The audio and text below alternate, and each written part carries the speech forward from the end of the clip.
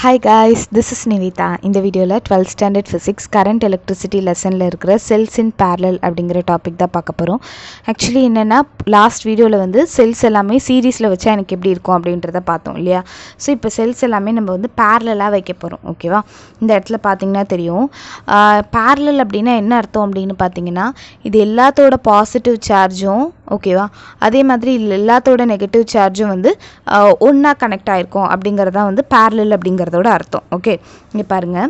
In parallel connection all the positive terminal of the cell are connected to one point and all the negative terminal to a second point.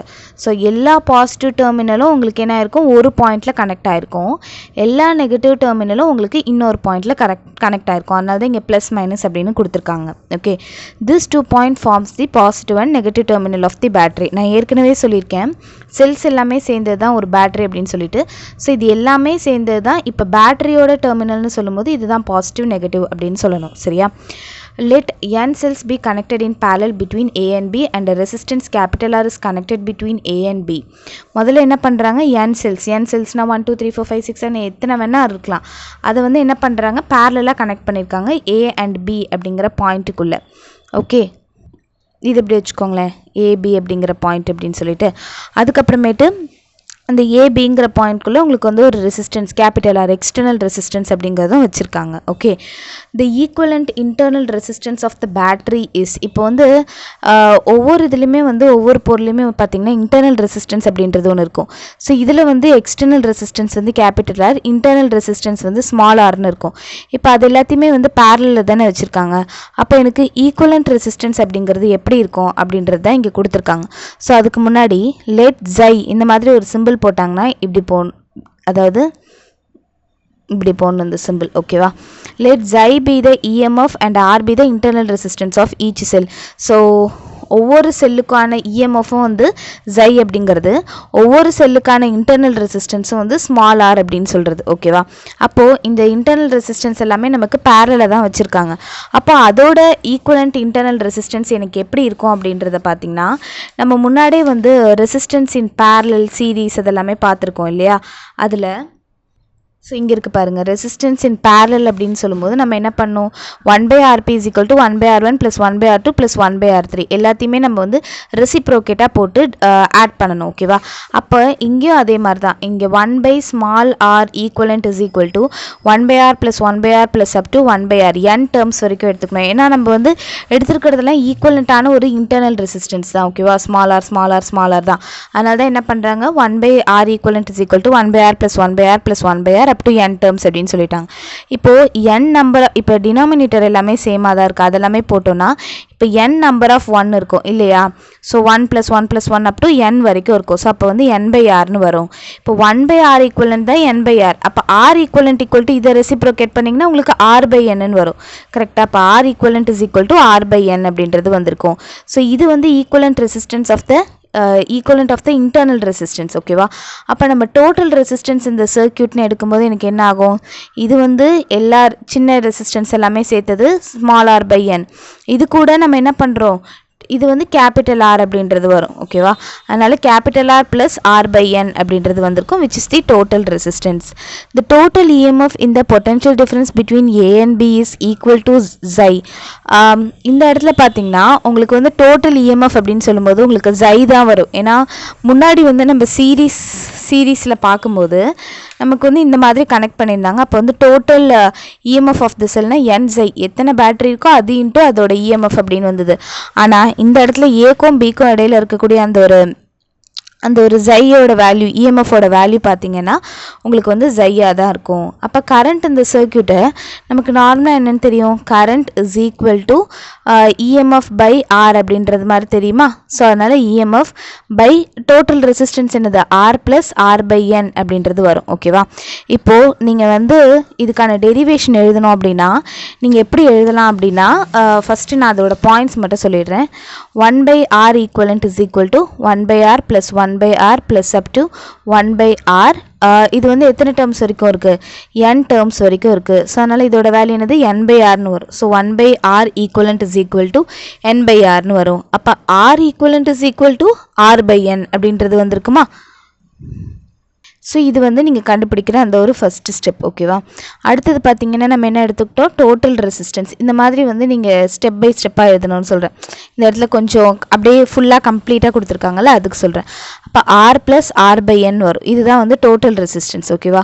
அதுக்கப்புறம் நீங்கள் கரண்ட்டை பற்றி சொல்லும்போது நமக்கு என்ன தெரியும், EMF divided by total EMF divided by total resistance அப்படின்னு சொல்லலாமா, டோட்டல் ரெசிஸ்டன்ஸ். ஸோ அப்போ இஎம்எஃபோட வேல்யூ என்னது, Xi divided by total resistance என்னது, capital R plus N by R அப்படின்றது ஆர் பை என்ன.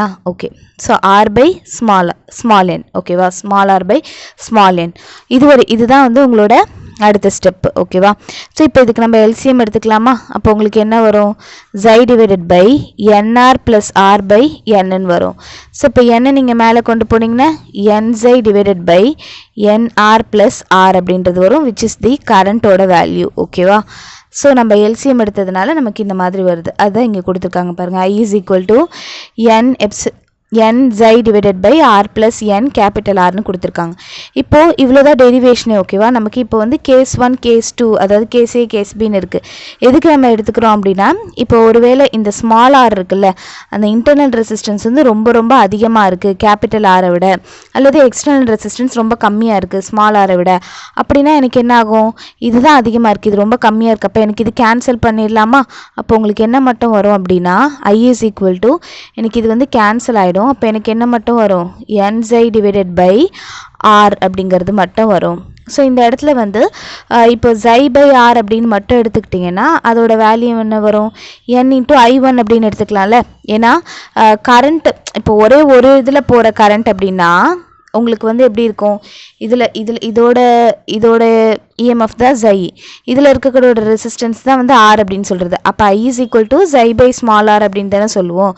அப்போ I1 is a current due to the single and is equal to Xi by R when R is negligible. ஓகேவா? எப்போ R வந்து நெக்லிஜிபிளாக இருக்கும்போது உங்களுக்கு இந்த மாதிரி Ni அப்படிங்கிறது வரும். Thus the current through the external resistance due to the whole battery is n times the current due to the single cell. அப்போ உங்களுக்கு என்னன்னு தெரியுது, இந்த கேபிட்டல் ஐன்னு சொல்கிறது உங்களுக்கு current due to the whole battery. ஓகேவா? The current due to the whole battery is equal to, the current due to the whole battery is equal to n times the current due to the single cell இருக்கும். சரியா? Okay, next வந்து என்ன அப்படின்னா case பியில் R is less than equal to less than capital R. அதாவது உங்களுக்கு இந்த small ஆரோட வேல்யூ இருக்கு இல்லையா, சாரி, இந்த ஸ்மால் ஆரோட வேல்யூ ரொம்ப ரொம்ப சின்னதாக இருக்குது கேபிட்டல் ஆரை விட. அப்படிங்கிறப்ப நம்ம என்ன பண்ணுவோம் அப்படின்னா இதை வந்து நம்ம கேன்சல் பண்ணிக்கலாம், நமக்கு இது மட்டும்தான் வரும். ஓகேவா? அப்போ உங்களுக்கு என்ன இருக்கும் அப்படின்னா I is equal to n epsilon divided by nrன்னு வரும். ஏன்னா இது ரொம்ப ரொம்ப சின்னதாக தானே இருக்குது, அதனால். அப்புறம் n உங்களுக்கு கேன்சல் ஆகிடுச்சுன்னா I is equal to Xi by capital R அப்படின்றது வருமா? ஓகே, அதுதான் இங்கே போட்டிருக்காங்க, I is equal to Xi by capital R அப்படின்னு சொல்லிட்டு. அப்போ இதிலிருந்து என்ன தெரியுது, the above equation implies that current due to the whole battery is same as the current due to the single cell. இப்போது இது வந்து உங்களுக்கு வந்து ஒரு சிங்கிள் செல்லுக்கு உடைய அந்த ஒரு கரண்ட் மாதிரி தானே தெரியுது.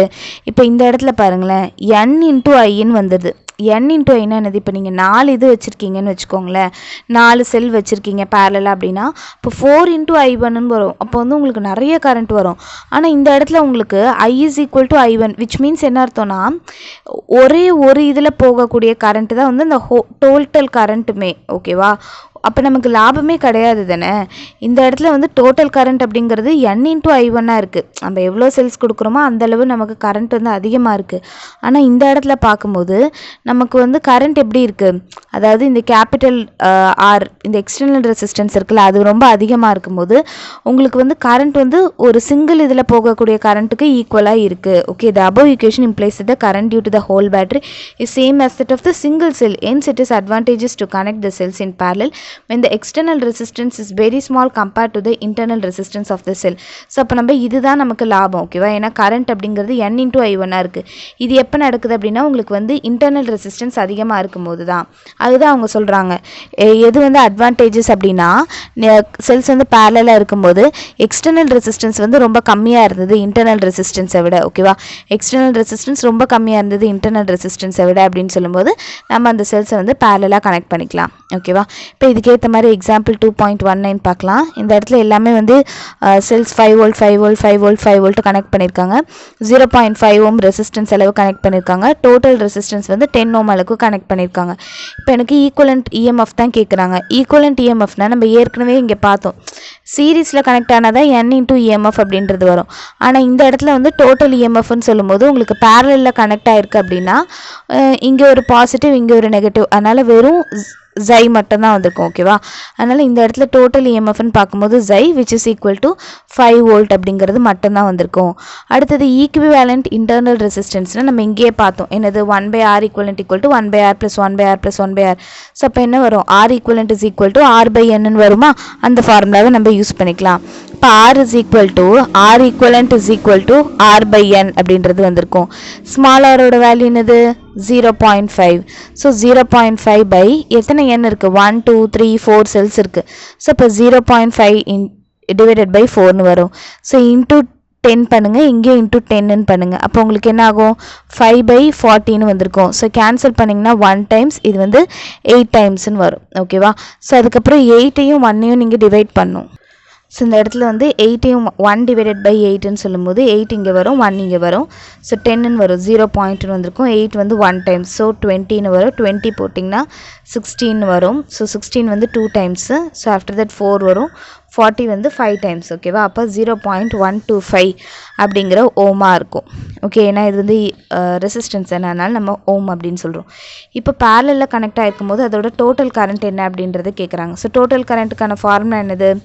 இந்த இடத்துல இருக்குது பாருங்கள், I is equal to xi divided by R/N plus capital R அப்படின்றது வரும். ஓகே, ஸோ அதனால் நம்ம இந்த வேல்யூஸ் போட்டுக்கிறோம். அப்போ I இஸ் ஈக்குவல் டு ஜையோட வேல்யூ என்னது? 5 டிவைடட் பை கேபிட்டல் ஆரோட வேல்யூ என்னது? நமக்கு 10. ஓகேவா? ப்ளஸ் ஸ்மால் R/N அப்படின்னு சொல்லும்போது ஸ்மால் ஆரோட வேல்யூ என்னது? 0.5 டிவைடட் பை 4 அப்படின்றது வருமா? ஸோ 0.5/4னா என்ன அர்த்தம்? இங்கே தான் நீங்கள் கண்டுபிடிச்சிருக்கீங்க 0.25 அப்படின்னு சொல்லிட்டு. ஸோ அதனால தான் இந்த இடத்துல இந்த R/N ஸ்மால் R/N இருக்குல்ல, ஸ்மால் R/Nக்கு பதிலாக 0.125ன்னு போடுறாங்க. இந்த இடத்துல ஜைக்கு பதிலாக 5 போட்டிருக்காங்க, கேபிட்டல் ஆருக்கு பதிலாக இங்கே இருக்கிற 10ன்றதை போட்டாங்க. அதுக்கப்புறமேட்டு R/N இங்கே கண்டுபிடிச்சிருக்கோம்ல 0.125ன்றதை போட்டிருக்காங்க. இப்போ இது ரெண்டுத்தையும் 10 + 0.125ன்னு சொல்லும்போது 10.125ன்னு வரும். 5 அப்படிங்கிறது மேலே வந்திருக்கும். சரியா? ஸோ இப்போ நம்ம இதை கேன்சல் பண்ணலாமா? 5 டிவைடட் பை 1010.125 அப்படின்றது வருது. ஸோ இது டிவைட் பண்ணிகிட்டு இருந்தால் கொஞ்சம் இதுவாக இருக்கும்ல, அதனால் வந்து நம்ம ரவுண்ட் ஆஃப் பண்ணிங்கன்னு வச்சுக்கோங்களேன், உங்களுக்கு வெறும் வந்து 10 தான் வந்திருக்கும். ஓகேவா? அதுக்கப்புறம் 1 டிவைடட் பை 2ன்னு வரும். ஸோ 1 டிவைடட் பை 2ன்னு சொல்லும்போது உங்களுக்கு 0.5ன்னு வரும். ஆனால் உங்களுக்கு இங்கே பாயிண்டில் கொடுத்துருக்கிறதுனால இதை வந்து அப்ராக்சிமேட்டட் வேல்யூஸ் மாதிரி தான் போட்டிருப்பாங்க. இங்கே பார்த்தீங்கன்னா தெரியும் உங்களுக்கு அப்ராக்சிமேட்டாக ஈக்குவல் டு 0.5 ஆம்பியர் அப்படின்னு வரும். ஏன்னா இது வந்து உங்களுக்கு கரெக்டாக நம்ம பண்ணல, இது ரெண்டுத்தையும் டிவைட் ஆனால அப்ராக்சிமேட்லின்னு போட்டிருக்காங்க. அதுக்கப்புறம் பொட்டென்ஷியல் டிஃப்ரென்ஸ் அக்ராஸ் ஈச் செல், ஒவ்வொரு செல்லுலையும் இருக்கக்கூடிய பொட்டென்ஷியல் டிஃப்ரென்ஸ் அப்படின்னு சொல்லும்போது V = IR நமக்கு ஓம்ஸில் அப்படி தெரியும். ஐயோட வேல்யூ என்னது? 0.5 கண்டுபிடிச்சிருக்கோம். இன்டூ கேபிட்டல் ஆரோட வேல்யூ என்னது? இங்கே இருக்கிற 10 ஓம். ஸோ 0.5 × 10ன்னு சொல்லும்போது உங்களுக்கு 5 வோல்ட்டுன்னு வந்திருக்கும். ஓகே, நெக்ஸ்ட்டு வந்து கரண்ட் ஃப்ரம் ஈச் செல், ஒவ்வொரு செல்லுலேருந்துமே உங்களுக்கு எவ்வளோ கரண்ட் வருது அப்படின்றத பார்க்க போகிறோம். ஓகேவா? ஸோ பேசிக்காக வந்து இங்கே வர கரண்ட்டே இப்படியே வந்துச்சுன்னு வச்சுக்கோங்களேன், உங்களுக்கு வந்து பிரியும். இந்த மாதிரி பேரலல் கனெக்ஷனில் வரும்போது இந்த ஒரு கரண்ட் வந்து இப்படி இப்படி இப்படி இப்படி பிரிஞ்சிருக்கும். ஓகேவா? அப்போ வந்து அந்த ஒரு கரண்ட் உங்களுக்கு எவ்வளோவா பிரியுது, எத்தனை அந்த செல்ஸ் இருக்கோ அந்த அளவுக்கு பிரியுது. அதனால் current due to each cell அப்படிங்கிறது I' இஸ் ஈக்குவல் டு அந்த கரண்ட் டிவைடட் பை n, எத்தனையா பிரியுது அப்படிங்கிறது டிவைடட் பை n வரும். ஸோ கேபிட்டல் ஐயோட வேல்யூ நம்ம இப்போ தான் கண்டுபிடிச்சிருக்கோம், என்ன அப்படின்னா 0.5 அப்படின்னு சொல்லிட்டு. அதனால் 0.5 டிவைடட் பை 4ன்னு வந்திருக்கும். ஓகே, இப்போ 0.5/4 நம்ம ஏற்கனவே கண்டுபிடிச்சி வச்சுருக்கோம்ல அந்த கேல்குலேஷன் மட்டும். இப்போ 0.125 ஆம்பியர் அப்படின்றது வரும். அப்போ ஒவ்வொரு செல் வழியாகவும் உங்களுக்கு எவ்வளோ போகுது? 0.125 ஆம்பியர், 0.125 ஆம்பியர், 0.125 ஆம்பியர் அந்த மாதிரி போகுது அப்படின்னு சொல்கிறாங்க. ஓகே, ரொம்ப ஈஸியான ப்ராப்ளம். முதல்ல உங்களுக்கு டெரிவேஷன் கிளியராக இருக்கணும், என்னென்ன அதெல்லாமே. அதுக்கப்புறமேட்டு நீங்கள் வந்து கேல்குலேஷன்ஸில் கிளியராக இருக்கணும். ஓகேவா? ஸோ டெரிவேஷன் நீங்கள் இவ்வளோ பார்க்குறீங்கல்ல, இவ்வளோ தான் இருக்கிறதே, டெரிவேஷனே இவ்வளோ தான். ஓகேவா? ஸோ இந்த டெரிவேஷன் மட்டும் பார்த்துட்டு போயிருங்க. தேங்க்யூ ஃபார் வாட்சிங்.